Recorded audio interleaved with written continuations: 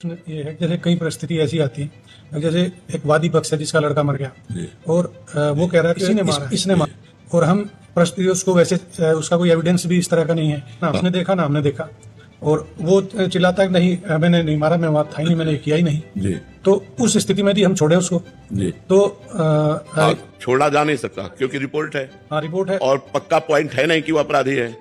तो वही आरोप जो अभी पुलिस ने ये कर लिया होगा, छोड़ दिया।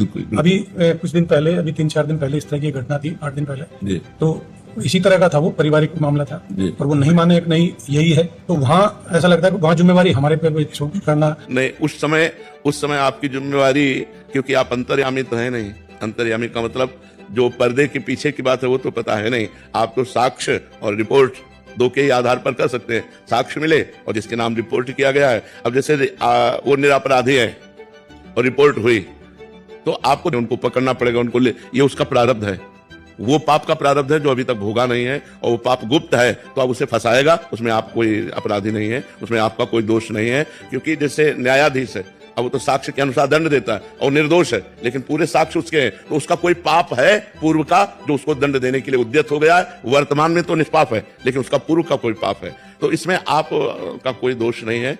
उस समय सही है, लेकिन पीछे उसने कोई पाप किया जो उसे फंसा रहा है, जो उसे थप्पड़ चलवा रहा है। वो कह रहा है मैं कसम से कह रहा हूं मैंने पाप नहीं किया, ये अपराध नहीं किया। उसका हम भी कह रहे हैं जो गुप्त पाप हुआ है, जिस पाप को प्रकाशित नहीं किया गया और उसका प्रायश्चित नहीं हुआ, वो पाप उसे फंसाएगा, उसे दंडा लगेंगे और जब उसका पाप खत्म हो जाएगा तो साक्ष्य मिल जाएगा कि निर्दोष है और उसे छोड़ दिया जाए। उसमें आप दोषी नहीं है, क्योंकि आप रिपोर्ट और साक्ष्य के अनुसार ही पकड़ते हैं। आप कोई अंतर्यामी तो है नहीं कि हमने ध्यान किया और हमें पता चल गया ये निर्दोष है या ये दोषी है। उसके तो भगवान ही अंतर्यामी है, वही प्रेरक है, तो आप अपने साक्ष्य के अनुसार करेंगे तो उसमें कोई दोष नहीं होगा।